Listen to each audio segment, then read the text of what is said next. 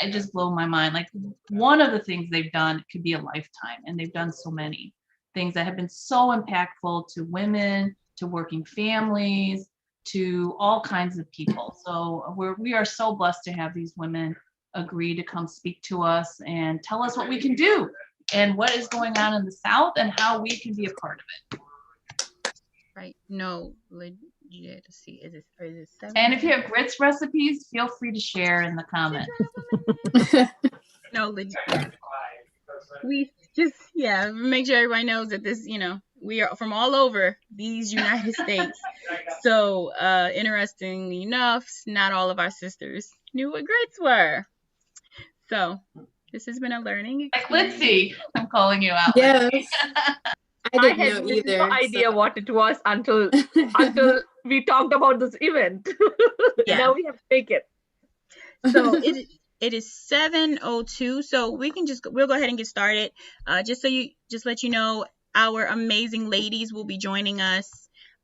They will be on between 7:25 and 7:30 for our panel for an amazing discussion with 3 amazing Sheroes, elected officials. So before we get started, we do have some of our leadership on the call, like Ann said, from Women of Color Coalition. My name is Monica Hutchinson. I am the Government Relations Director for Women of Color Coalition.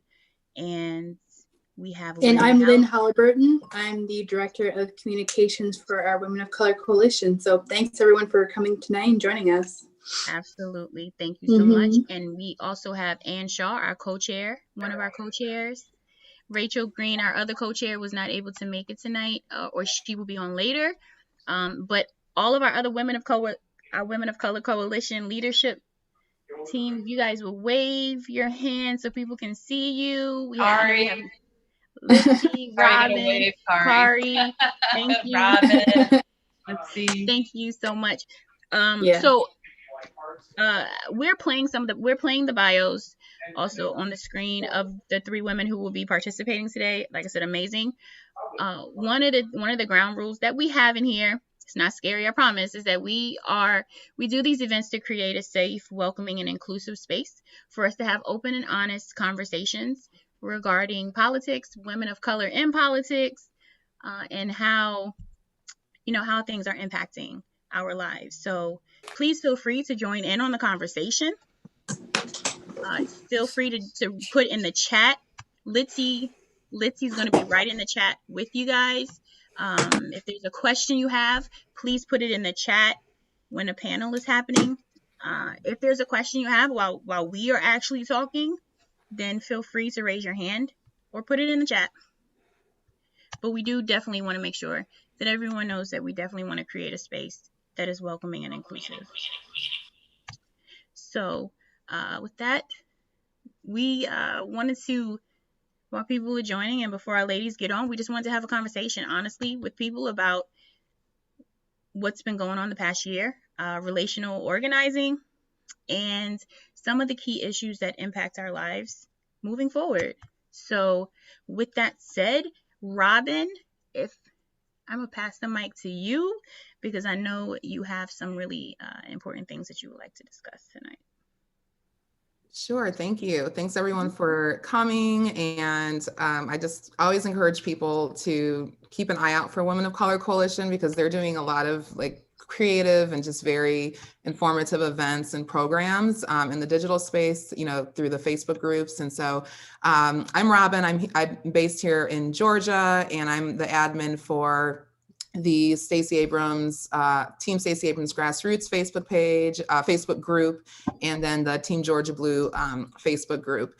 And so I can talk just briefly about relational organizing, just from the standpoint of during the runoffs, the Jon Ossoff campaign started a community mobilizing program, and I was one of the regional mobilizing managers on that project. And so we use relational organizing as the base of the program. And so relational organizing is really just starting with your own networks of people and making sure that you're helping them come up with a voter plan and getting them the information and seeing it all the way through to them voting at the polls. Because, a lot of times, we talk to people and we say, hey, make sure you vote, voting's so important, here's the information, but then you don't always follow up, and, life happens. I mean, not as much now, the last, cycle or two of the elections, because we had groundbreaking, voter turnout. But part of the reason was because people used relational organizing. So I'll just give the example.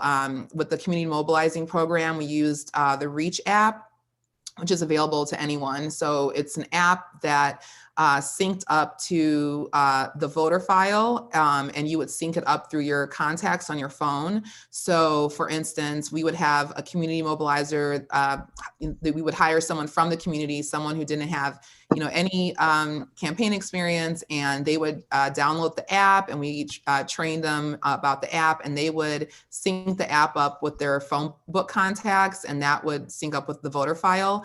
And so it would tell them, who in their network did or did not vote. And so, there were people who maybe had 10, 15 people in their network. And then there are people who grew their network to over 500 people.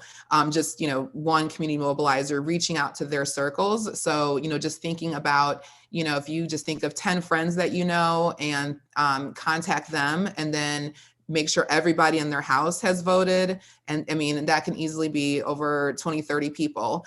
So when people are relational organizing, you're getting your networks out to vote, and you're also then reaching into people that and their networks, and so on and so forth. So it really was a way, instead of just like putting all the burden on the field organizer, which can happen during campaigns, we empowered everyday people, and they were paid, for their time and their work and everything, and given the opportunity to work on a campaign. And really that, at the end of the day, when you look at the goals that we had here in Georgia for Jon Ossoff in the runoff, it matches up with the margin that he won by, because we had to go and expand the electorate. And that, sometimes people ask why the Democrats lost, some seats in the House.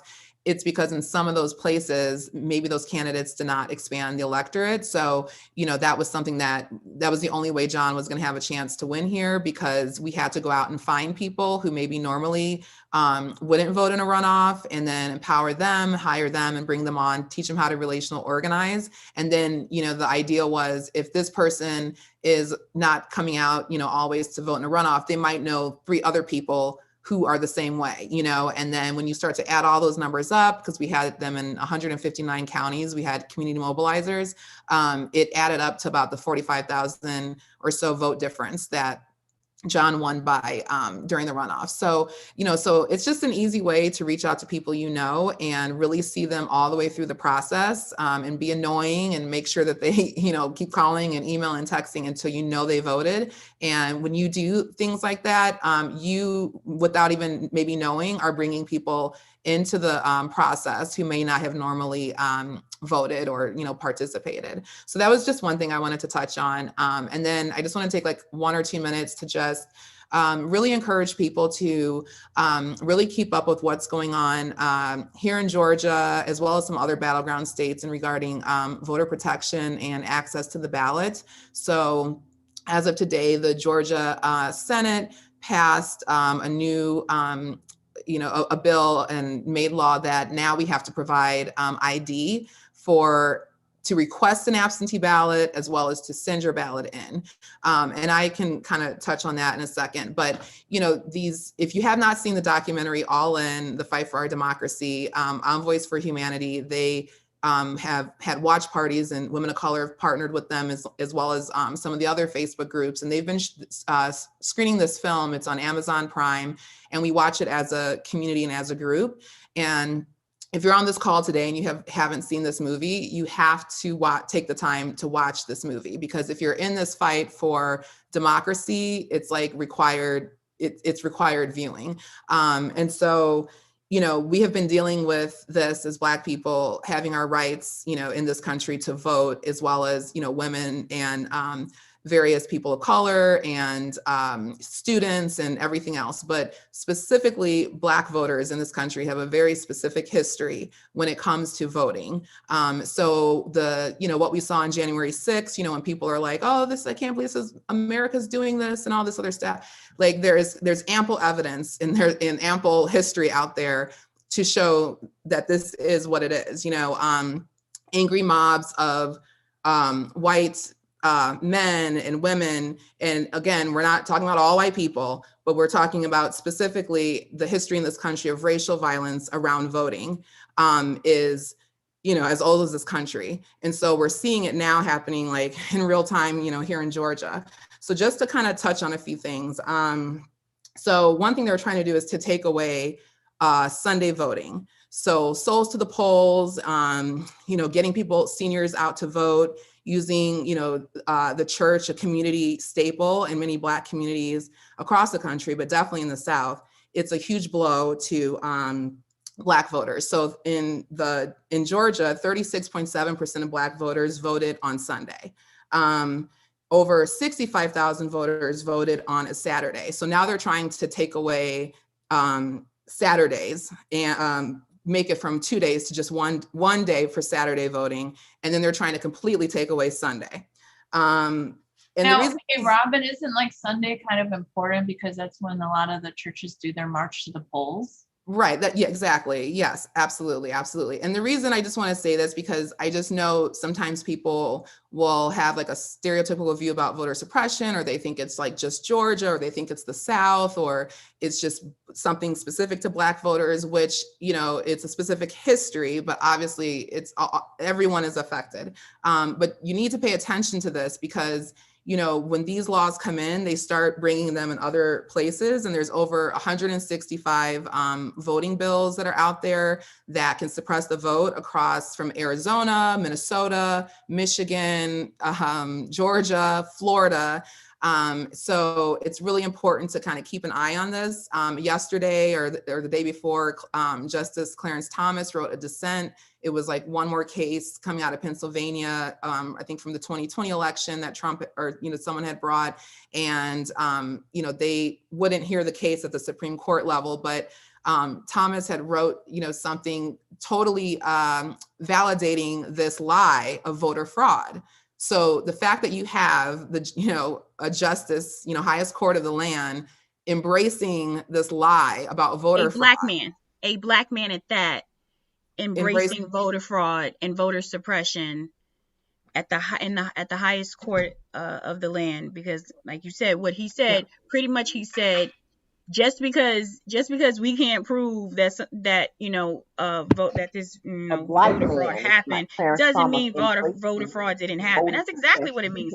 Just because if you don't have evidence that voter fraud happened, that's exactly what it means. It didn't happen. Right. And what they're doing is Justice Roberts, he didn't weigh in, but they're leaving the door open, so if something happens here in Georgia with these bills, and then if lawsuits are kicking in Georgia, and depending on how, it starts to set precedent, and then other states start to do it. And so this is why it's important to, be paying attention just because it's not your state, it's still part of the larger picture. So just to touch on a few things, they want to criminalize line warming. So they want to ban food and water at the polls and criminalize it.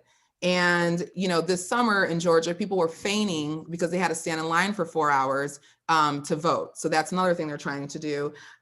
They also want to, again, require this extra step. So with the ID. So if you don't have a printer or a scanner at your house, that's an extra barrier for you to make a copy of an ID to send it in. It's also putting your information at risk if someone knows that this is a ballot and that you have your driver's license number and all your information, within the ballot. It will cost, and then the cost of it, it's going to cost $6.5 million just to be able to accommodate hiring more people to now sift through your ID and match everything up. And you're already doing this when you fill out your information. It's already being checked, across the voter file and everything else. And then they're trying to ban, this is very important for everybody, no matter where you live, they're trying to ban third-party funding. So for instance, if a county does not have enough money to facilitate, the election, and they need to open more early voting locations, or they need to hire more people or hire, this now puts a strain on these counties, because what a lot of counties do, they'll apply for grants from outside organizations to supplement the funding that they might have in the county for them to be able to carry out elections. So they give the example of Muskogee County in Georgia. They received $412,000 grant. It was about $600,000 grant from various organizations, so they can open more early voting locations, and so they can have more hazard pay for poll workers. Well, if they were not able to apply for this grant, that would cut their budget by 70%. In order to be able to carry out an election. So now it's an attack on these counties. And so if you have someone like Trump or another GOP person who just decides to go with this lie that there's voter fraud and we got to recount, 1,000 times and everything like they did in Georgia, that's more money the county has to pay. And in some cases, this can bankrupt the entire county. So it's just, again, really important that we know what's going on. Is one more point, or maybe we have a quick question from the Sure. chat while you're looking for that. Someone wants to know how they can find paid organizing positions. I assume they want to know, like, how can they become an organizer as a career? So yeah, and I mean, that's, first of all, that's a really great question. Thank you for asking that. That is also it can be a little difficult to answer that, because it also depends on what kind of paid organizing you're looking to do, right? If you want to do issue-based organizing, for instance, I am a community organizer, so I'm an issue-based organizer. For something like that, you honestly can go, various social media platforms, LinkedIn, different ways of looking. If you're looking for a political campaign for paid organizing, then that is where you would reach out to that campaign. I do know we have some campaigns on here, some people on here that can maybe answer that question. So I have done all kinds of organizing, political. Nicole, I'm gonna call on you real quick, Nicole Hayes. I know you see me. I know you on here, baby. I need you to go ahead and answer that question for me. I love you so much. Thank you. We have some experts. We are. Thanks, Nicole.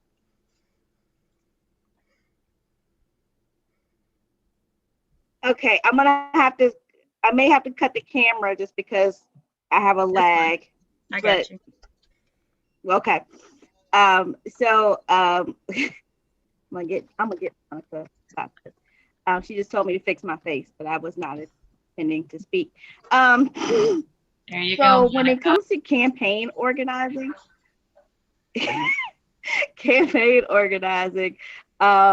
I would definitely, it depends on whether you're willing to move or not.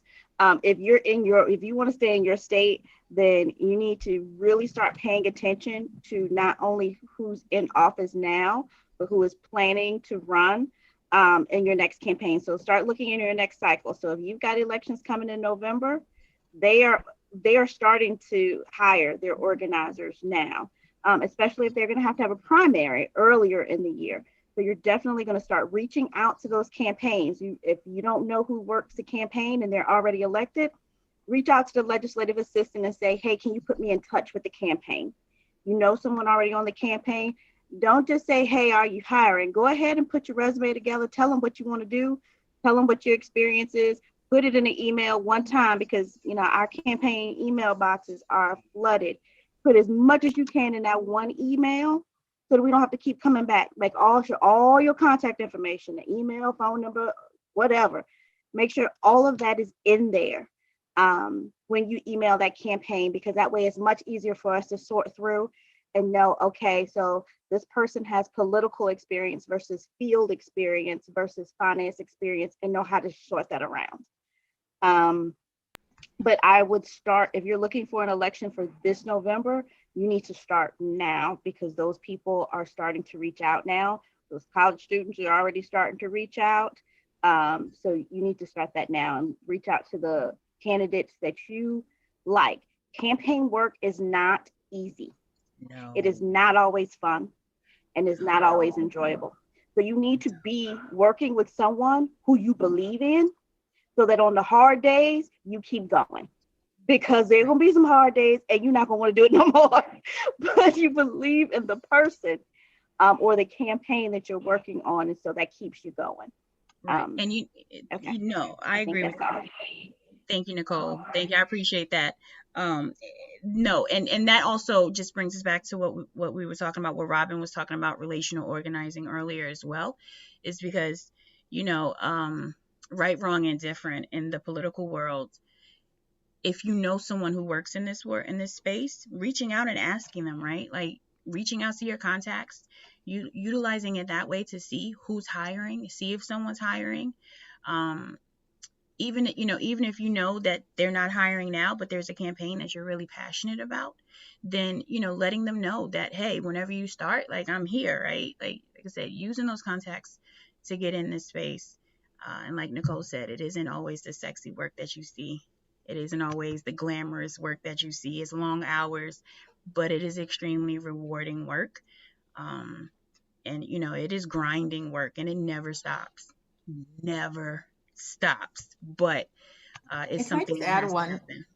Yeah, go ahead. I was going to add one thing too. One thing that's really good now, if you look around and Google, there's a lot of organizing trainings and things like that.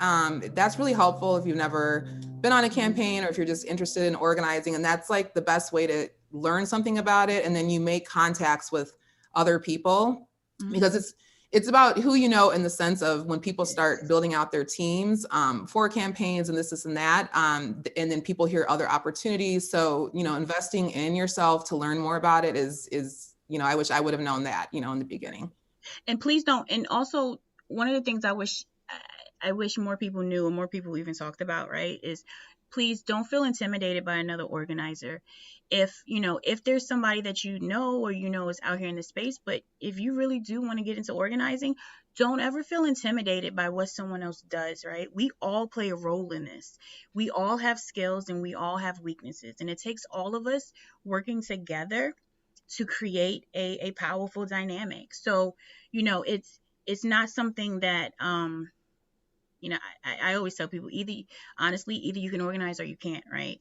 And be careful, because not everybody that says they can teach you to organize know how to organize themselves, especially when it comes to organizing within spaces of color. If you yourself are a person of color, please understand that organizing is going to look different. It just will. And it's nothing wrong with that. Different doesn't mean less. But to reach communities of color, we have to be unapologetic and standing firm in that truth that we have to be able to reach our communities in the best way for the community. It's not one size fits all. So I just wanted to add that as well, because it can be very intimidating in this space. And you know, that's why we always have to be there together. Nicole, you have something? So I just forgot to say that it's also very important to build relationships. Campaign jobs, for better or for worse, they're not always something that you're going to find posted somewhere. You need to build relationships with elected officials, build relationships with legislative assistants, build relationships with people who have worked on campaigns in the past, whether or not they're going to go back and do another one. But if they work campaigns in your area or area that you want to be in, reach out to them, build that relationship, because I don't want to say 9 times out of 10, but at least 7 times out of 10, that job that you want is never going to be posted anywhere. Right. Just because things move so quickly. And it's often something where you have to be able to trust people. So make sure you're building your relationships, and it can take a good year of networking and building that relationship before you finally land something. Mm-hmm. What is typical community organizing work that is not related to a campaign? I will tell you, so like I said, I am a community organizer. some community organizing work can be voter registration, restoration of rights for our returning citizens. It can be issue-based organizing. Right now, my work centers around paid family and medical leave. So, advocating and pushing and fighting for paid family and medical leave here in Virginia, but also in the United States, because FMLA is unpaid leave, right? And so when you think of Moms Demand Action, they are issue-based organizing. They organize around, common sense gun control. So, if there is an issue that someone's work centers around, then that is community organizing. So that is something other than political organizing. And there's so many things out here. Every little thing that you see being worked on, a lot of times policies that you see being worked on, there's a group behind that pushing it. So, like they said, if you're interested in getting in this space, reach out, right? If you really want to get into community organizing, reach out to one of us after this. Reach out to one of us during this. We'll be happy to connect you to any networks that we have. But, just know that it is definitely hard work, but it is so rewarding, and it is much needed work. So can I comment too? So in terms of community, I've done a lot of that.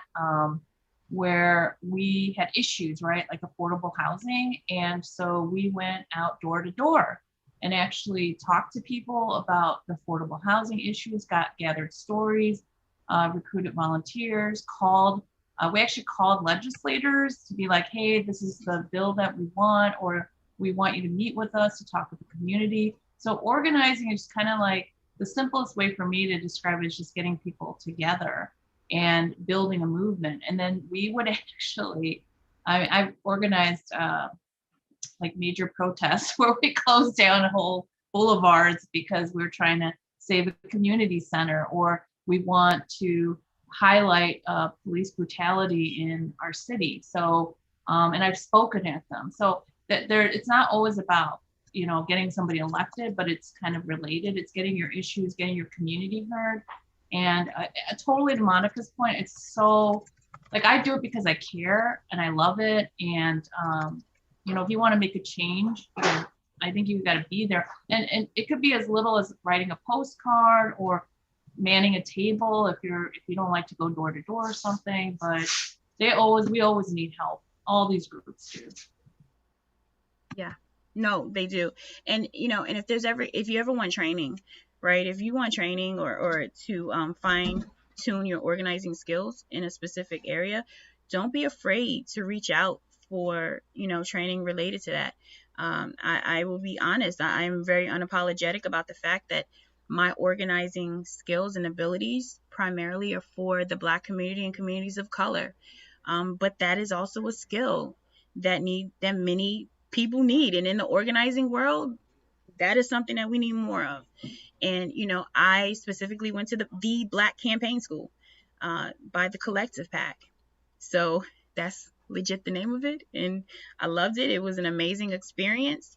But it's the Black Campaign School, and it's just what it said, right? It teaches how to organize and run a campaign for Black candidates and for the Black community. So, it's whatever you like, or whatever your interest is.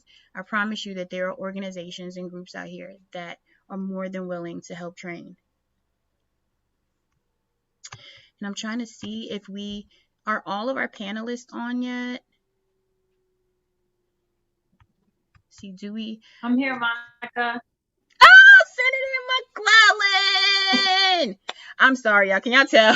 Like, I don't even hide my excitement for this woman. I really don't. Like, I don't even try to pretend. Like, this is Senator Jennifer McClellan. You guys, she is really a hero here in Virginia. Like, she's amazing. Honestly, there's no other way I can put that. She's been a champion for so many things here in Virginia.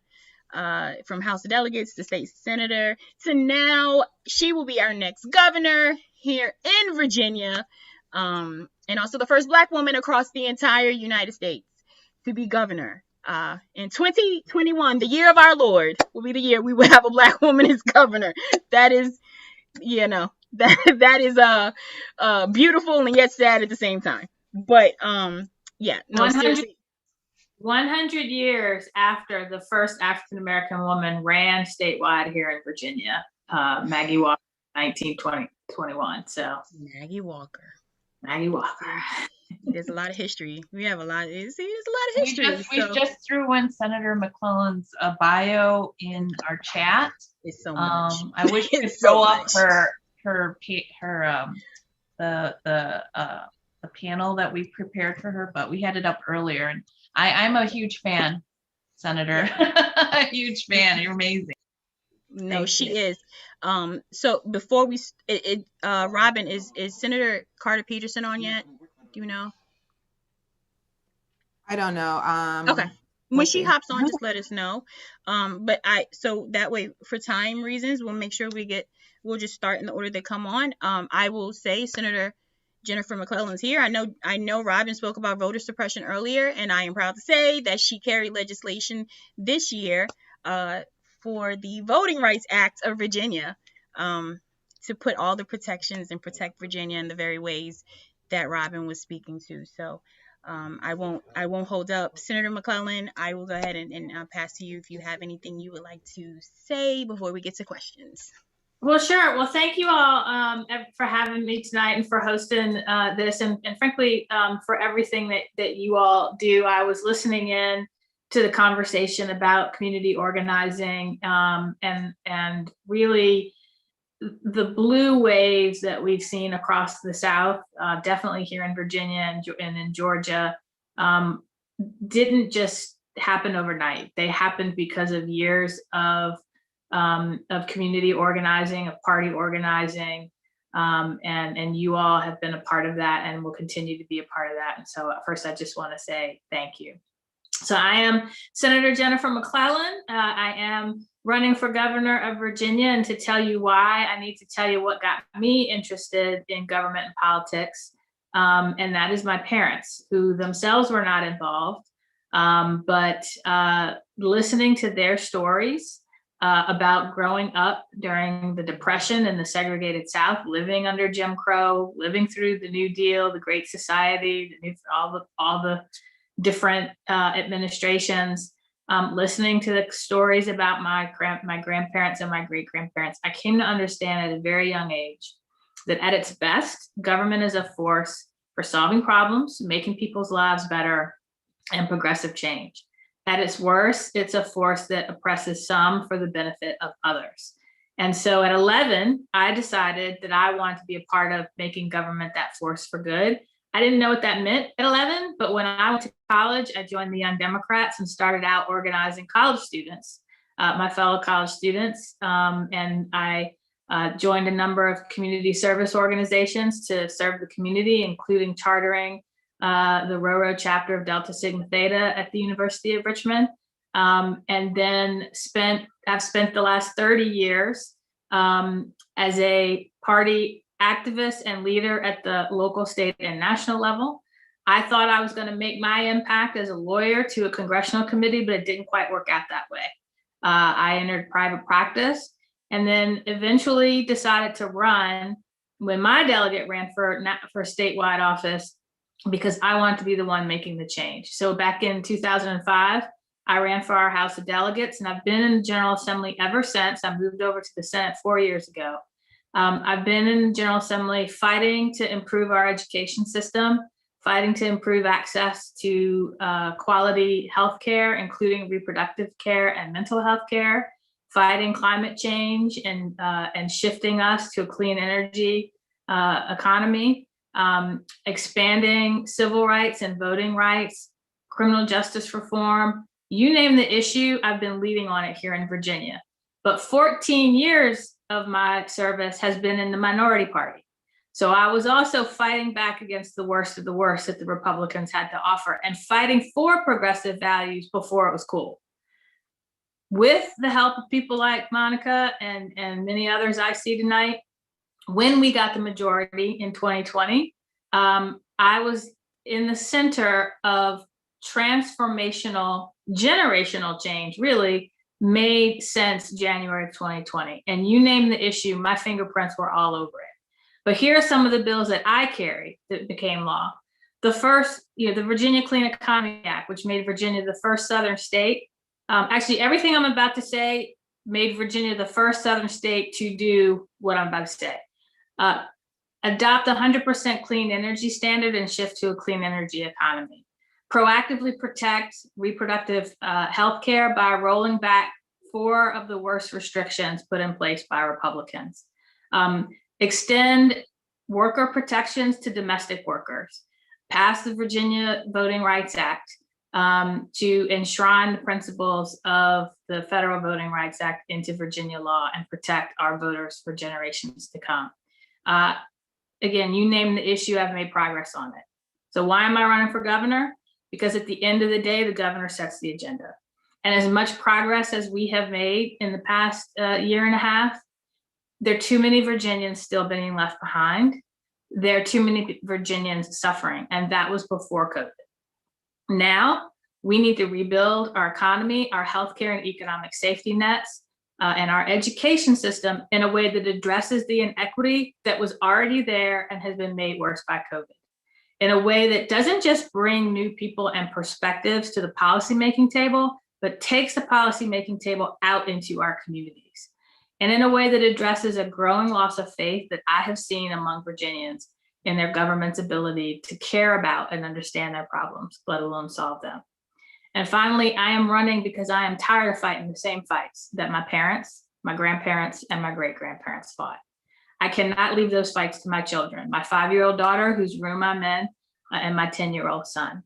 So I'm stepping up to do everything I can to keep them and everyone else's children from fighting those fights and to build the post-COVID 21st century Virginia that we deserve and finally address so many of the issues we were already facing before COVID in a way that unites us and moves us forward. And I hope to earn your help and would be happy to answer any questions that you all would have about Virginia in general, organizing, my campaign, or just whatever you want to talk about. Yes, how can we help you? Okay, so endorsements, money, and volunteer. This is a crowded race, and a former governor is trying to make a comeback. I will not outrace him. I don't need to outrace him. I need to raise enough money to run my program, which we estimate will be about $7 to $8 million. He raised the most money in the first primary he ran in 2009, and he lost. So I just need to run my race. Nicole just put in the chat her contact information. If you want to either endorse individually or as an organization, volunteer, or donate, organize meet and greets or fundraisers, you can contact Nicole, or you can go to the website at jennifermcclellan.com. And we will be doing sort of the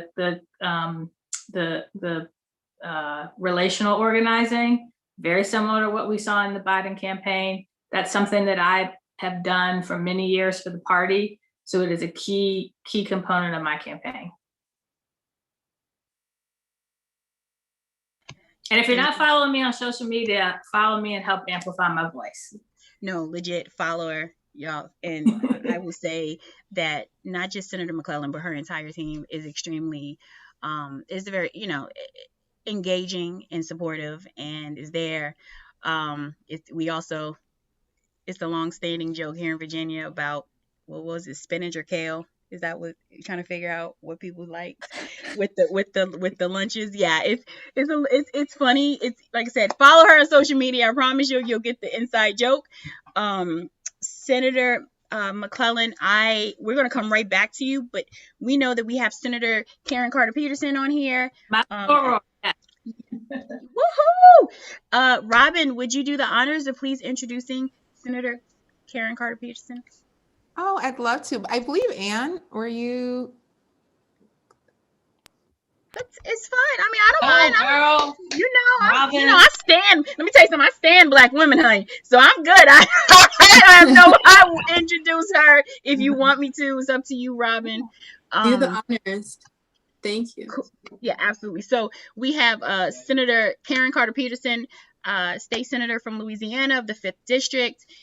She is running to represent Louisiana to in a special election for Congressman Cedric Richmond's old seat. She will be the first Black woman to represent Louisiana in the Congress, which is legit dope. Seriously, we've got some amazing women tonight, part of this panel, that are making her story this year. So with that being said, I know Lizzie is putting her bio in the chat. Seriously, these women's their bios, y'all, for real, we ain't got enough time for me to go through their bios because they are just that dope. But Senator Karen Carter Peterson, I will pass the mic to you. We would love to hear from you. Well, I appreciate that, Monica. So thank you very much for having me this evening. And I dare not interrupt the next governor, my soror, Jen McClellan. I'm so proud of her and all that she's doing. I follow her on social media too, so I know what she's having for lunch and dinner when she's in those late nights in the chamber. I've been watching it. So I am Karen Carter Peterson. Again, so many powerful women on this Zoom, and I apologize for being late because I was on another Zoom. That's what we do in a pandemic. That's what we do. It's just permanent. I think we're going to be doing it forever. But it's certainly an honor to speak alongside these wonderful ladies. So thank you for what you do to strengthen our democracy and come together as women of color to get the work done, something that we truly know how to do. I've been representing people in the New Orleans area, Orleans Parish. You know, we have to do it differently in Louisiana. They have parishes and not counties. Everything's different. We have Mardi Gras. Y'all don't have that.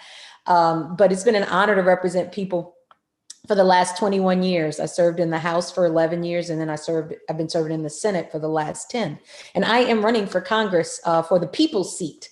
Yes, it was held by Congressman Richmond, who is now running the public engagement office at the White House with the Biden-Harris administration. But the governor has called a special election, and we're 9 days from early voting. Next Saturday, March the 6th, is when early voting begins. So I am rough and tumble. I've got 2 more Zooms after this, just to finish off the night. And one is a forum. But just a little bit about me. My parents grew up here in New Orleans, in the Central City area. They grew up in an area called the Calliope Project. And my mother spent her early adult life juggling 2 or 3 jobs so that she could put my dad through law school and raise our family. And I am who I am because of my parents. And what I learned from them is the value of hard work and develop that work ethic, and that you shouldn't need to work 2 jobs to put food on the table and a roof over your head. So that's why I've dedicated my life to public service. And I ran for my first office when I was 18 years old. I was a 1988 delegate at the convention in Atlanta, a Jesse Jackson delegate.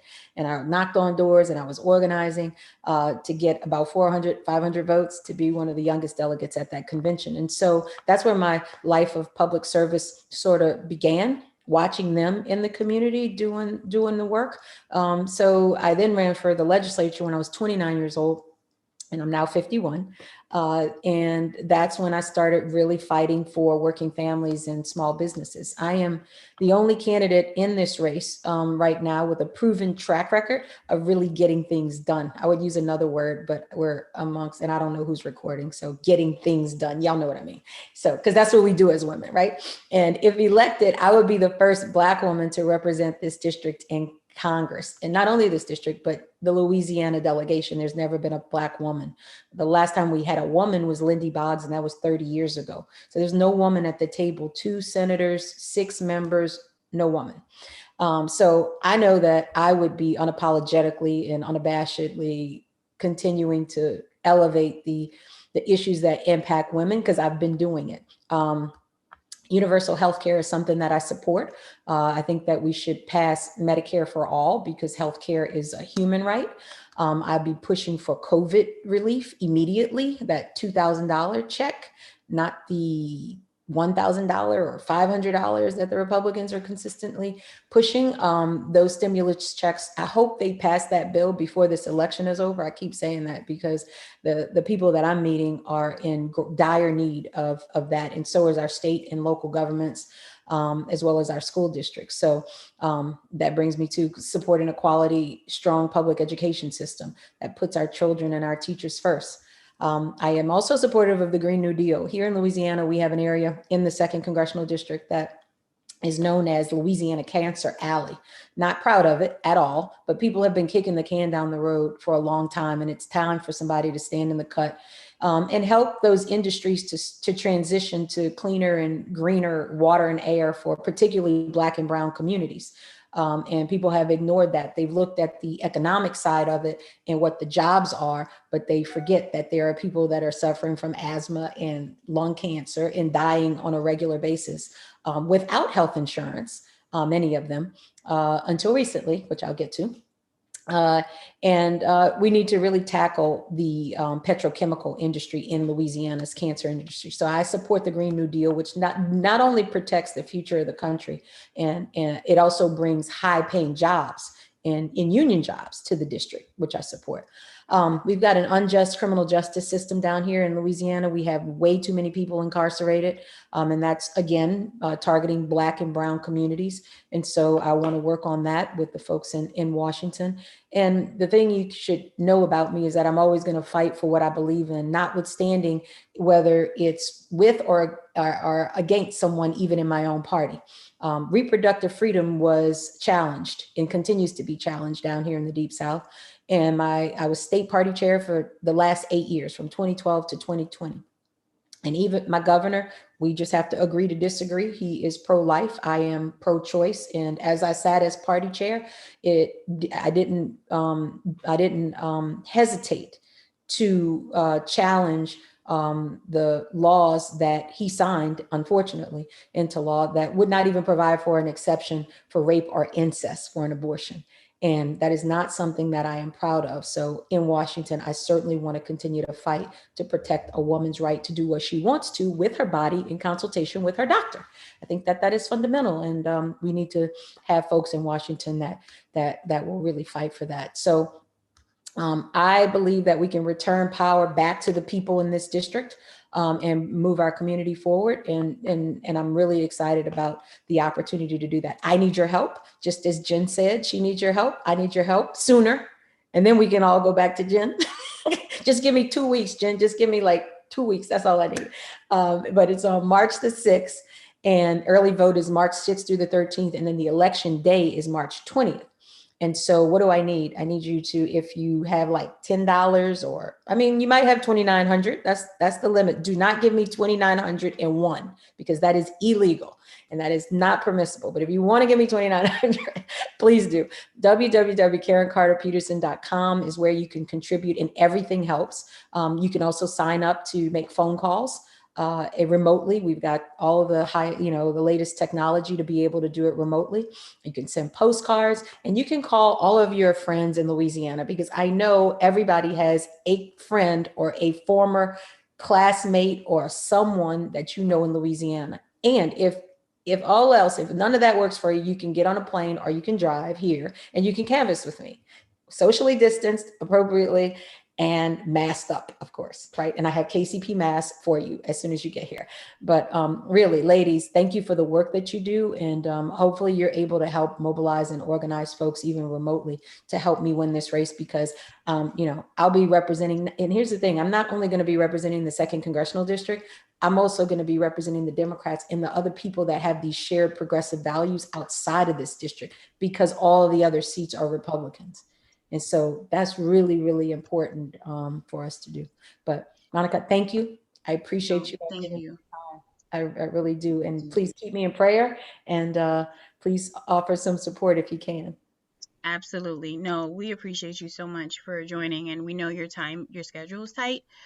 So we just appreciate you even coming and joining. And as you see, you've got some supporters already. Not just, I got to check the chat out. Yeah, please check the chat. First of all, I just want to say that I just think it's dope when I see women supporting women, especially, Senator McClellan, Senator Carter Peterson, and now we have Delegate Hala Yala up on here. Hey, support y'all. But Peterson, how are you? I didn't miss you.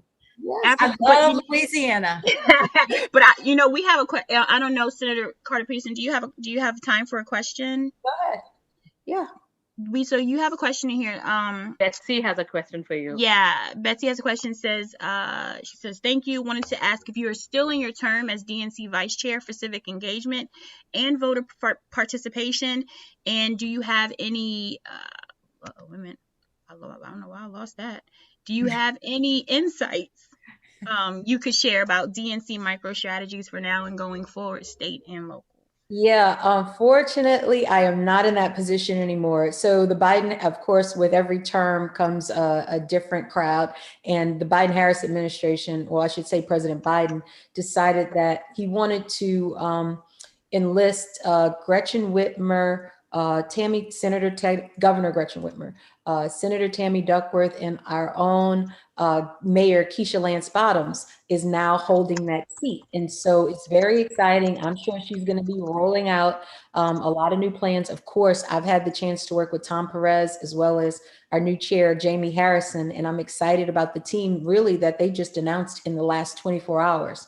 But I am happy to share with you Raina Walters Morgan, her information, who is just phenomenal. She runs the voter protection. She's a director of the department. I served as the vice chair in that elected position for the state, for the DNC, but I'm not in the position anymore to answer the question, but I'm happy to connect you with the team, and I'm sure they'll be rolling out that information about micro-targeting and everything else. All right. Thank you so much for that. Senator McClellan, was there something that you was going to say? I'm sorry. Yeah, I just wanted everybody to know that Black women do support each other. And Karen was one of the first people to call. Well, actually, we've been talking about this before either of us even knew we were running. But please donate to her. There are only 3 candidates in my entire life I have maxed out to. She's one of them.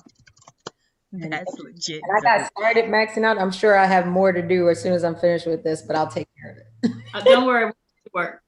Get through your research. No, we got all your backs. So I should. I'm sorry. I shouldn't say that. It's all good. It's all good. We have your back. Just as the women on this call, so many of us that have already been in the chat, we got you. Thank you, Kari, for Envoys for Humanity. We'll definitely be joining for postcarding and donating. Absolutely supporting and lifting up. And does anyone have any other questions for Senator Karen Carter Peterson? Yes, I had a quick question. First of all, it's inspiring to hear all 3 of you speak. You all made an excellent point that there's still so much at stake despite a Biden-Harris presidency. I know in 2020, we saw minority voters come out and make a difference in the November election. But as we look to your upcoming elections and future elections, how can we keep the momentum building with minorities and encourage them to come out and vote? And I extend that to everyone on the panel to answer. Yeah, I'll take a shot at it. I think that what I've been doing, I just rolled right into a campaign because Congressman Richmond decided to join the White House team. So it's interesting because people are looking at Georgia and they're thinking like it's something you can click your heels and you can become Georgia overnight, right? And I think right now it's in the middle of a pandemic. So I've been doing an inordinate number of Zooms, but even in person, socially distanced, it's important to keep people motivated and make them sure they realize that there's the power of their vote. But I do think that the Biden-Harris administration is going to have to showcase, very quickly results, because people will get despondent and say, wait a minute, we work so hard. Why aren't we getting an increase in the minimum wage? Why haven't we dealt with carbon emissions, faster? Mm-hmm. Executive orders are great. We needed to do that because of the damage for the last 4 years. However, I think people are going to be looking for very quick action on so many things, because before the pandemic, we had a lot of economic strife. And we need some pay equity, right? I'm working on expanding the access to the Affordable Care Act and insurance. That's really, really important. In Louisiana, we had Medicaid expansion. That was only after a lot of hard work. After we, had to fight. I had to fight Bobby Jindal to make sure people got that health care. But there's still a lot of people that don't have access. And you just got to stay vigilant and connected and communicating with people on a regular basis. And so outside of campaign cycles, let me sum it up like this. Outside of campaign cycles, we have to continue with voter education and showing people how to hold their elected officials accountable, including me, right? And I'm okay with that. Like, tell me about my record and tell me what you don't like about it or what. I'll tell you why I did it, but we should be okay with holding ourselves accountable and having people hold us accountable. That's what's going to make us a stronger democracy. So, for sure. Excellent point. Ala, did you have anything to add? I was just going to say, I agree, 100% with what was shared. When you're holding your elected officials accountable, democracy is not a spectator sport. It's something that is very dynamic. It's a contact sport. It's something that you've got to continually engage in. And I can't even remember what the initial question was, but I will tell you this. As an elected official myself, representation does matter, but that doesn't mean we get away with not being held accountable, right? The ballot box is not the end point. It's the floor, not the ceiling. So as we're running for office, all of us here are either running for re-election or for higher office. I think it's really important that your elected officials always keep their doors open. And this means not physically just open, but their minds, their hearts, their souls, because life changes on a drop of a dime. We've seen when COVID hit last year, we were all fine, come January, 15th, 16th, 17th, 20th, come February 10th, all hell broke loose, right? Excuse my French, but this is how fragile life is. So I think, we were on the precipice of our, economy collapsing, our democracy collapsing. And just know, as you're engaging with with us as a public officials and holding us accountable, before you even get there, also make sure you know who you're voting for. Because at the end of the day, they can take your country down and do some real damage. And we've seen this. So, I would just tell anybody watching this, stay studied up, stay engaged, make sure you do vote, make sure you participate, but also know and educate yourself who you're voting for, and make sure that it's just not lip service, that their record reflects their actions or their words. For sure. And Jennifer McClellan, is there a way that we can keep minority voters enthused? They're such an important voting bloc. So I would hate for our momentum that we gained in November to, run out of steam. Well, I think the way to keep us enthused is by being, engaging minority voters. I mean, voters are enthusiastic when they are engaged. If you take them for granted or just come and talk to them, 3 weeks before an election, they're not going to be engaged. If you are consistently organizing and talking to them, not just up to the election, but then after election day, engaging them in the policymaking process. And here in Virginia, we have elections every year. So sometimes we forget that, we've got to be involved in the policymaking process. So we've just got to continue to show up and talk to, but more importantly, listen to minority voters to keep them engaged. Great point. Question for Senator McClellan. Eileen wants to ask if you're ready to support a Green New Deal. I'm so sorry, Litzy. No problem. No, because that's a really important question we need to get to. But Delegate Hala Ayala, all these ladies have been super busy today, and they all are like hopping from Zoom to Zoom to Zoom. And so she came on, and I definitely wanted to give her the opportunity to just say a few words as well. And then we come right back to Senator McClellan. Delegate Hala Ayala is House Delegate here in Virginia, represents the 51st District, running to be Lieutenant Governor, first Afro-Latina Lieutenant Governor. She's legit dope. I'm telling you, we really have some amazing women running across the United States. But in Virginia, like I said, Virginia is the first Southern state to flip blue. We flipped it several years ago. We have been working hard at this. We have not let our foot off the gas.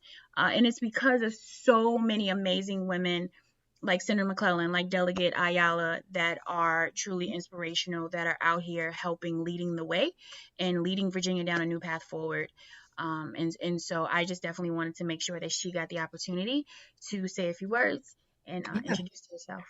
Thank you, ma'am. Thank you. I won't take too long because I know where I came in at the end. I was with, doing another Black History Month program with young people from JMU, and I just could not leave them. So that would have been rude, and then I would not be a good mom, and all. I would just have so much guilt. But I love young folks, and they always are inspiring me. So I appreciate you, Monica. I appreciate you, Lynn, and entire Women of Color Coalition for inviting me here. When we decided to run for Lieutenant Governor, it wasn't for anything more than, it was actually a reflection. I sat in my living room and I'm looking out the window and COVID was hitting, and I'm like, what can I do? What can I do more? Yes, I'm a legislator. Yes, I'm creating policy, but I felt a despair like many of you probably felt, like, how can I help? What can I do? I felt not helpless, but I needed to figure out what was it that I can do to contribute my skill set, my life experiences in order to make us get through this pandemic, because it was frightening to me as it was many. I saw people dying, we saw that we didn't have any cure or hope, protection, and this is because this may not be partisan, but it's going to be right now. Donald Trump was a horrible president who just didn't look out for our communities of, especially those disproportionately impacted by COVID. So I sat down and said, look, I have a national security background. I've been doing this for 22 years. I know this is going to impact our schools, our critical infrastructure, our data. We're going to have to shop from home. We need protections. We're going to have to go online in school. Who else would be best suited than somebody who works in this area and has defended our country in the national cyber scope, if you will, from, attacks abroad and domestic as well. So I threw my hat in the ring last July. We've raised over $450,000. We have gotten over 55 endorsements, and it has just been something of a whirlwind. I remember when Barack Obama came to Prince William County, is where I reside, and I serve, and he said, Prince William is going to be the swing district and it's going to do all these amazing things. And I don't think I heard a word he said because I was too busy looking at him. Y'all can judge me later, but that is the truth. He had so much swagger. He gave me so much hope, and I was just inspired. So I did for 10, 20 years, I've been doing activism and advocacy and helping get other candidates elected before I even crossed over. But now running for Lieutenant Governor is about changing our past and bringing forth our future, meaning that in the 400 years of this body, we've never had women of color lead in the upper echelon of this administration, meaning never a woman lieutenant governor, nor a Black woman lieutenant governor, or a woman governor or a Black woman governor. And it is time that we change those stars, because you can, many of us know this kind of adage. You use our strength, you use our blood, sweat, and tears in order to get you elected. And then when it comes time to recognize the hard work that we poured into, getting you elected, we get left by the sidelines. And that is no longer the case anymore. So we're not going to be asked to run for office. We're not going to be begged. We're going to take it. We're going to bring our own dang seat to the table, and we're going to shake it. So if you're not at the table, as we always say, you're on the menu. And at the end of the day, we're going to work and fight harder. Now, me running for Lieutenant Governor is, yes, about bringing my legislative record. I will fight for all of these things. I'm a Democrat. We have values for families, workers, our communities, and we're going to bring forth those policies. I want to be the woman in the room, that woman in the room who's had, lost her father to murder, has been on public assistance not once but twice in her life, who's almost bankrupt and homeless because I decided to run for office and cash in my 401k. And luckily I got a job 2 weeks later. But at the end of the day, these are real lives.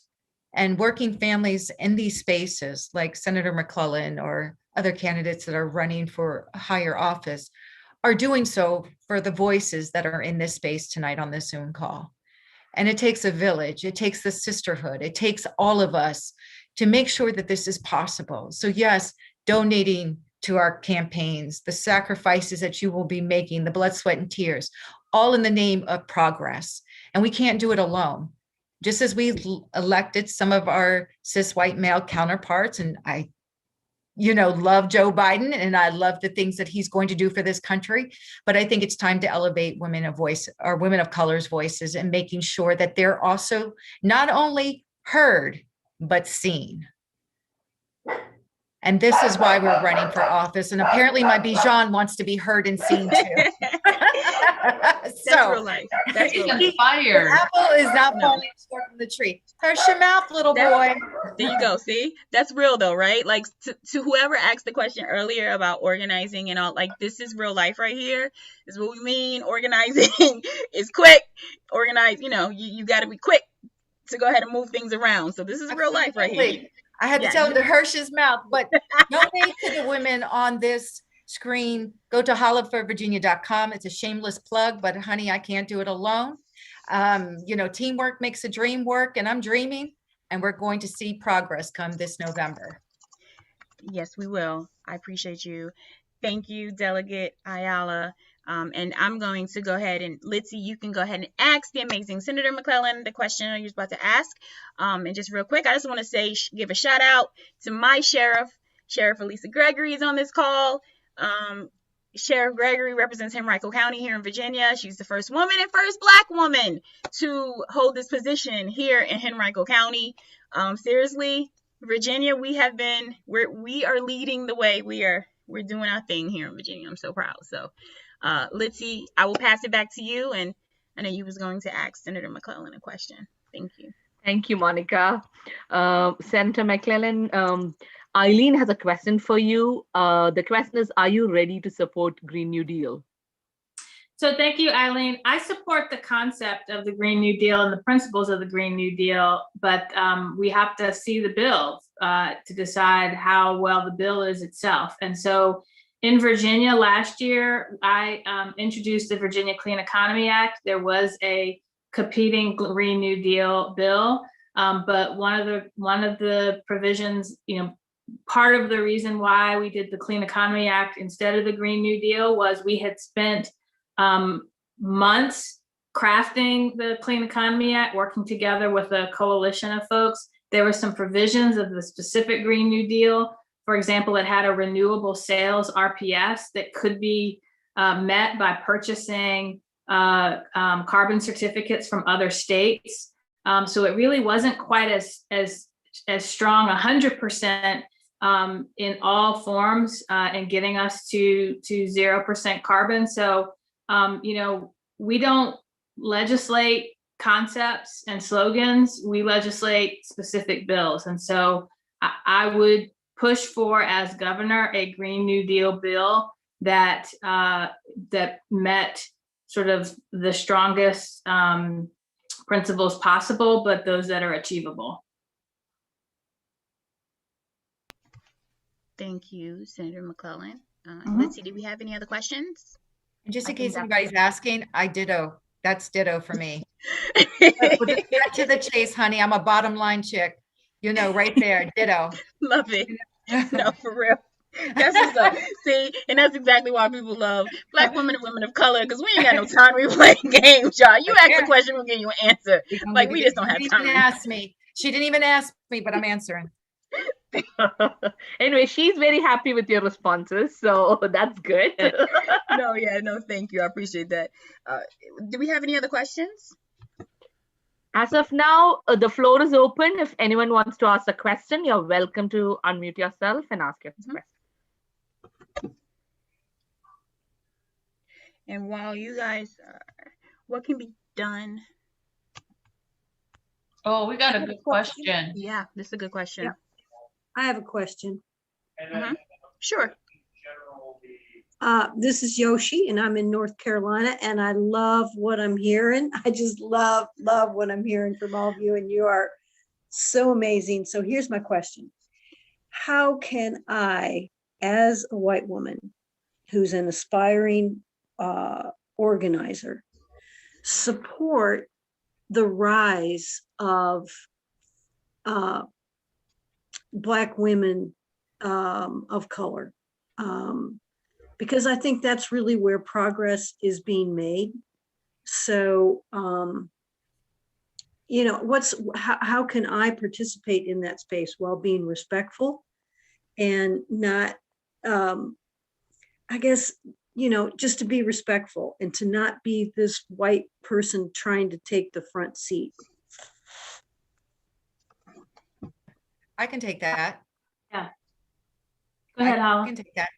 I'll go ahead, Jen. Go ahead. You're the senior. No, I was going to ask if you wanted to start since I answered the last one first.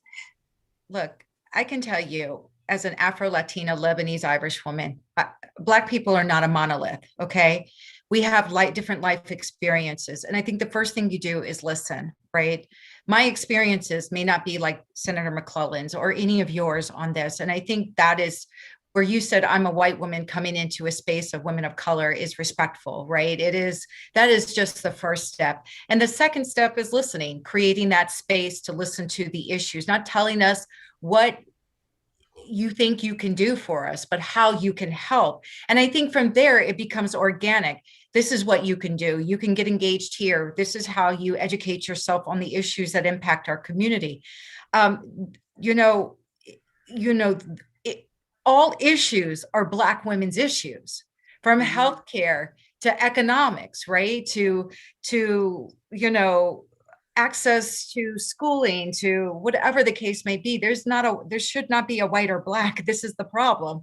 They have taught us there's a separation in these. These are all of our issues. And the thing is that they impact us disproportionately in different ways, because that is what the 400 years plus of these United States has created, racial disparities just because of the color of our skin. We have to say that's enough. That has to cease and stop. And the way you become proactive is 1, become educated, 2, get active, and 3, listen, right? And then continue, repeat, replay, right? And it's not, they can interchange. And I think you don't have to read a book, but you can sit in different spaces and just get familiar with the communities that are different. Make yourself uncomfortable. I've been in communities where I'm uncomfortable, and I was there purposefully so that I could learn and listen. And I didn't walk in there like I knew something that I didn't. But I think you have to be honest with yourself and say, I don't know these things. That's a beautiful thing that you can say that and acknowledge it, but 2, that you want to do something about it. And I think people will welcome you into their space knowing that you're going to try. It's going to hurt a little bit. You're going to be like, but why? But surround yourself with people that are really invested in you, because you want to really invest in us. And I think you won't always find those safe spaces, but hopefully you do. There's organizations, there's community leaders. Just engage, right? Just go to these places where you've not been and start listening and starting educating yourself on our issues. Again, we're not a monolith, and you'll be surprised because me and Senator McClellan can be in the room and it will be 2 different answers. So I think we need to just dismantle the expectation that we all think alike, and we don't, right? Or we all have like experiences. We don't. I don't know. It's just, I think what you're doing here tonight is part of that journey. So thank you for even coming, and thank you for asking that question. Yeah, if I could add to that, I think it's important to understand the intersectionality of our lives.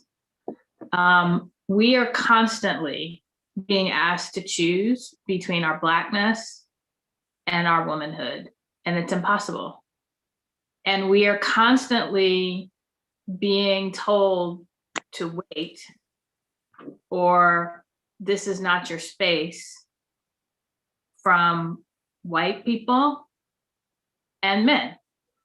So whether it's the Black women in the civil rights movement who were, relegated behind the scenes but not given a space in the front or to speak, or the Black women in the suffragette movement who literally were told to march at the back. We have been pushing and fighting for 401 years, and we're tired, but we're determined. And we are constantly being told that we're not good enough, that we're not electable, that we can't raise money. And then we're lumped together. And, there are 2 Black women running in Virginia, but we're very different.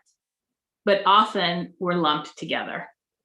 And so it's recognizing that we all have very unique experiences as women, as Hala said, but recognize that Black women, because of the intersectionality of our struggle, need people to just, not necessarily get out of the way, but have our back. Amen to that, Jennifer. Senator, I'm sorry. Don't believe the hype. Whatever they told you, don't believe the hype. She said something so very important that touched my heart. It's just, that is the core, where I didn't articulate it just as well as she did right now. And I appreciate her for that. But I'm going to tell you, it's messy. Intersectionality is messy. And you got to be willing to roll up your sleeves and get in there. And have our backs. You can't just pick and choose. You have that privilege to pick and choose. We don't, and that is the pain that we carry, internally. We may not have to share it all, in the forefront, but that is the pain that has been given us, because you can't wash this off. You can't go down the street and say, I'm not a Black woman or Afro-Latina or another person of color. You can't get rid of that identity. And I think that is the raw reality of this space. But I appreciate Monica and all of you creating this safe space to be authentic and talk about that, because we don't do this enough. It's not us against us. It's us against those guys. No, I'm just joking, but just putting it out there just a little bit. Together, a sisterhood, a tribe of us can elect the first Black woman vice president. We've done it, and we can do it again here in Virginia. Yes, ma'am. Yes, we can. And Louisiana. And Louisiana. And Louisiana. Yeah, no, legit. And Louisiana, I am corrected. Yes, ma'am. Yeah, no, we got this. No, you're right? Like, at the end of the day, if we don't lift each other up, then, who can we depend on to do it? So you're absolutely right. I appreciate that. Thank you. And did you want to? Yeah. So first of all, wow. So I got to tell you all, you are so amazing, so inspirational. We do real talk. We have not lost anybody from the audience. So this is real. And I hope people will come back to our events. We want engagement. There's so many incredible comments in the chats, but I do want to bring on, if we'll all stay in this conversation, we're running out of time, but I would like to bring on Andrea Fairwald. I hope I'm saying her last name correct. The first vice chair of the Paulding County Democratic Committee. She is, she's also amazing herself. So Paulding County is in Georgia, and I'll let her explain her county a little bit. And I would also like her to kind of address Yoshi's question as well. But just so you know, she lives in Georgia's 14th Congressional District, which is the district of our favorite QAnon candidate, Marjorie Taylor Greene. But she has some good news. Paulding County is slowly turning blue. So Andrea, are you there? Yes, I'm here. Hi, Andrea. You have a really nice organizational story too about how you ended up being not only the interim chair, but also the first vice chair right now. Yes. I first, let me just say thank you so much for having me. I love to listen and try to learn more about intersectionality and what I can do to help get people that we need in places we need them. So thank you so much. I am in a Well, I'll tell you what, when I was doing some research just to get to some statistics and things, in 2016, during the presidential election, the New York Times said that Paulding County, which is in Northwest Georgia, had us listed as ruby red, and I mean as red as you can be. Just also along with the rest of the congressional district, which has, I think about 9 counties. Or a little bit, maybe a little bit more than that. 2, 4, 6, 8, 10, has 11 counties in it. And so in 2016, we had 27.5% of our county went for Hillary Clinton. So that kind of gives you an idea of where we were. When I was looking to 2018, when the amazing Stacey Abrams was running for governor, our county turned to pink instead of ruby red. And the reason for that was that we had 32.5% of our votes were for Democrats. So we had increased by about 5% maybe. But that was really good for us. And we learned a lot from Stacey Abrams.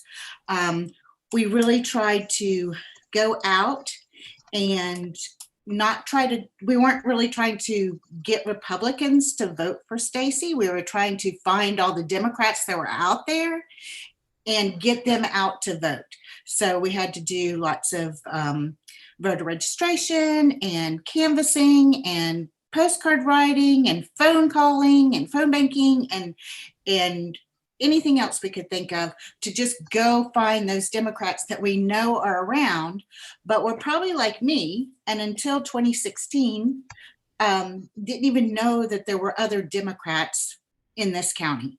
I really thought that my neighbor and I and a couple other people in my neighborhood were the only Democrats around here. So we really put into action what Stacey Abrams has taught us. Then in 2020, the chairman of our county committee had to step down because she was running for a local seat, which she didn't get, but she's going to try again. It's on the county commission, and she's going to try again in the next election. And we really think that hers is a seat that can be flipped so that we'll have one Democrat in our entire county government. That would be really nice. That's awesome. Yeah, we're really excited about that. So we're already kind of trying to gear up for that. So in 2020 for the presidential election, we had about 35% of that was Democratic. And then, we had a big election on January the 5th with the runoff election for the 2 Senate seats, the 2 Georgia Senate seats. In that one, we, our Democratic vote in our county increased 2.4% just in that little bit of time. We had some great organizers from the Biden-Harris campaign that came in to help do a coordinated campaign. And we really got out to work to do that. Andrew, do you know, I know I asked you ahead of time, but what is the minority makeup in your county? And what kind of outreach did your organization do to those communities? Paulding County is about 68% white, about 22% Black. We have about 1.3% Asian, Pacific Islander, and Hawaiian. And then we have about a 7.1% Hispanic population. So so besides just trying to get out and meet people, we had to really work differently like everybody did because of the COVID. So this time we tried to do some lit dropping, and we tried to get out to areas like outside of where we normally would go. And sign waving, things like that. We also did postcards, and we worked with the Tinicum Together, which is a group of women in Pennsylvania, actually, in Bucks County, Pennsylvania, that we came up with a script for them to write, and we did that in English and Spanish to hit everybody. And then they pay people donate to them, and they paid for pre-postage, pre-stamped postcards that they send with the script out to volunteers across the country. and then they sent them out to people here in Paulding County. So that was different than our other postcard writing where we were doing it here in Paulding for people in Paulding. Wow, that's really good to hear. I mean, I love to hear because it sounds like you guys are doing the right recipe, you know, reaching out to these groups in their own languages, cultures, and that's, I believe strongly, and I think the numbers show that that's what is increasing the number of Democratic voters. I really love that. So I actually have a question that is relevant to you as well as, and I hope Delegate Ayala as well as the senator is still on, because this is a very important question. And I think it also relates to what happened with your congressional race, Andrew, in your district. So Ian's asked this question: what can be done to combat what feels like increasing right-wing radicalization of, and he said white men, but as we can see, we have this QAnon lady, and we also have Lauren Boebert in Colorado. So I think we all love to hear from all three of you, because I know the other Senator Peterson had to go, on what your thoughts are on this and what you believe can be done to combat that. I would love to know. I would really like to know. I'm not dealing with a QAnon person, thank goodness, but my husband is a Republican and a Trump supporter. So I have to deal with that, and just all the things I have to go against with that. You know, like initial outrage, for example, at the insurrection, and then it's like, well, you know, we don't know who was there, that kind of stuff. So I would be very interested to see what Senator McClellan and Delegate Ayala have to say, so that I can work on that here in this district where it's so prevalent. It's just everywhere. I hope they're still on. Yeah, I'm here. I was trying to get my daughter not to take over the Zoom. That first, I think it's important to understand this is not a new phenomenon. Throughout our country's history, starting at the end of Reconstruction, whenever Blacks gained social, economic, and political power, there was a violent backlash and a white supremacy myth and conspiracy theory used to divide growing coalitions between Blacks and then it was poor whites. Now I'd say, you know, middle class whites. It is intentional. That was part of why far right talk shows and Fox News and all of that started, was to begin that indoctrination process using new media. What has changed is they elected a president who brought them out into the mainstream. As difficult as it is, I think one-on-one, if you do know someone who falls in that camp, the first step is to ask them why they believe what they believe. And you may discover a kernel of something reachable that, you know, through misinformation, like you can begin to correct misinformation. You also might find that that person is just too far gone and that you just have to spend time making sure they're not, anything they say or do doesn't go unchecked.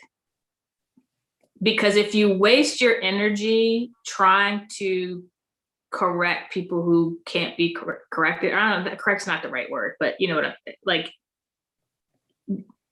focus on the people who are not so far gone that they can't be brought back. Because like, I don't understand.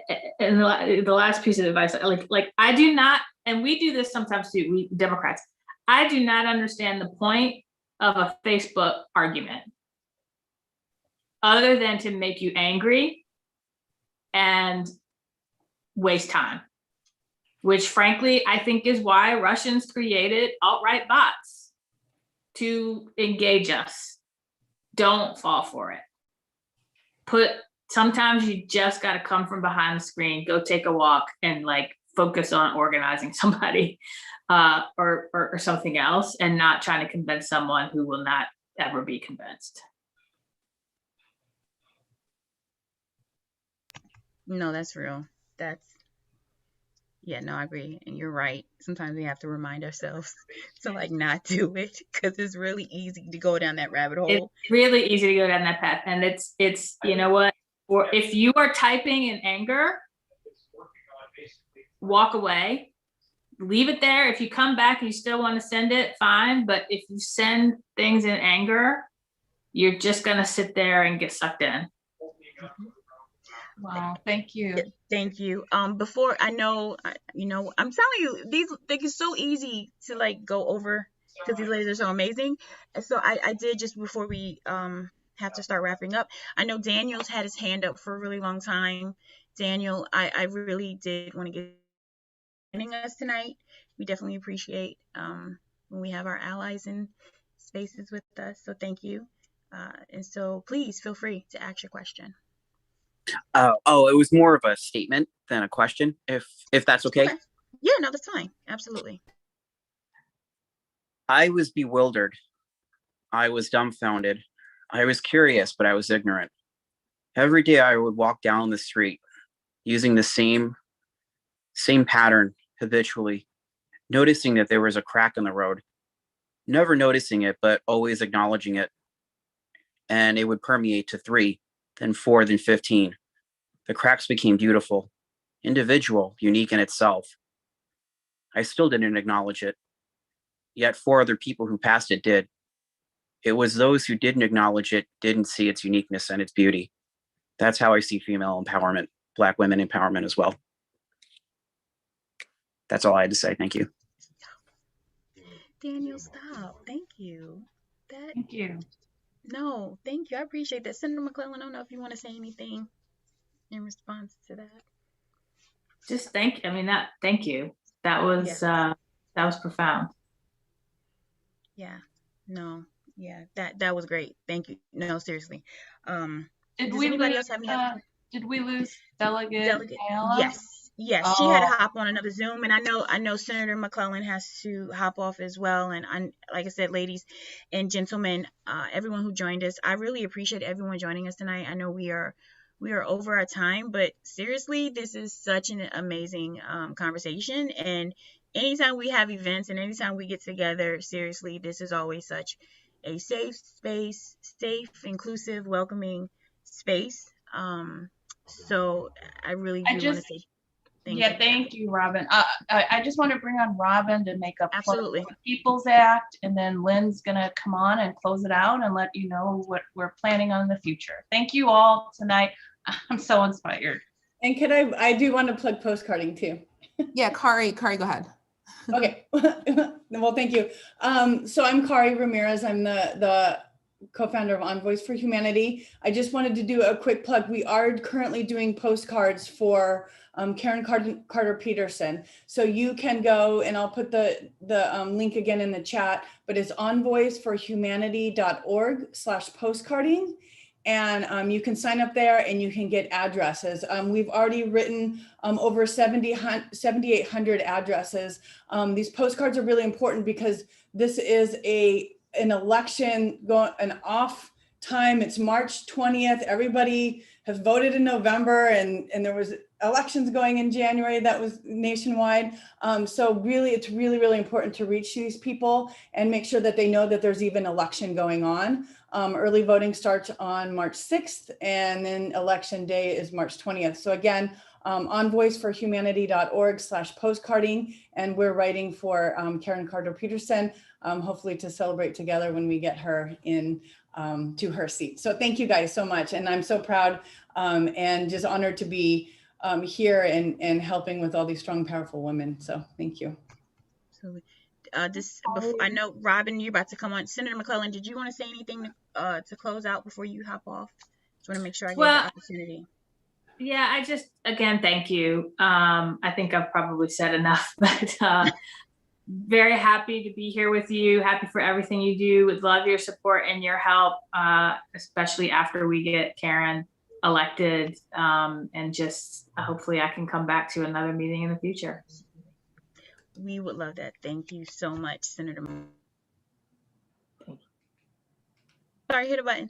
Thank you so much, Senator McClellan. Robin, please. Oh, sure. So just to wrap everything up, because I know I was looking for some information earlier, and I don't want to leave you just with like doom and gloom of these voter suppression bills. But you have all these fabulous candidates, everyone that you heard from tonight, and then there's future people out there who have not decided to run for office yet, who will run, and take up that mantle. And if we do not protect our vote, and if we don't have access to the ballot, it is all for nothing. And, being in Georgia and having gone through that experience with Stacey Abrams, you don't want to wait to go through that experience to realize how important this is, because it was heartbreaking and enraging. So I put in the chat the For the People's Act. The Brennan Center has a great blog, and it breaks every element down. So just go in the chat and just click on that link, and you can read it at another time. And then I also attached the petition through Common Cause. And they have a petition that you can fill out where you can contact your representative and ask them to make sure that they pass the For the People's Act. So again, I'll just put it in the chat again, and you all can go from there. So thanks everyone for coming. Thank you. Thank you, Robin, for that update. We just want to thank all of our panelists today. I learned a lot, as I'm sure everyone here has learned a lot also. Very much appreciate hearing their perspectives, and thanks to everyone for joining us tonight. Also, I'm getting a ton of emails and texts from our audience members wondering how they can become involved. Our Women of Color Coalition group will be posting more information in the next few days about how you can become involved. So just follow us on Facebook, Twitter, Instagram, and LinkedIn. You can just type in Women of Color Coalition and just press that subscribe or follow button to receive all of our notifications about our upcoming events. So thanks everyone for joining us. And the Facebook link is in the chat. Please go to our page, follow us. This is not our first event. It definitely won't be our last. We will be doing so many more. Love to have you on this journey with us as we continue building our new path forward. Just thank you. One more thing in the chat. I think Sylvia Brown, thanks for bringing this up. There is an event tomorrow on Thursday with Stacey Abrams, Senator Warren, I think Senator Cory Booker, and Sylvia put the Zoom webinar registration link. I think it's at 8 p.m. Eastern time. So thanks, Sylvia, for elevating that. And thank you, everybody. Sure, we posted on our Facebook page. Thank you, everyone. Thank you, Kari. Thank you, Envoys. Y'all have a wonderful evening.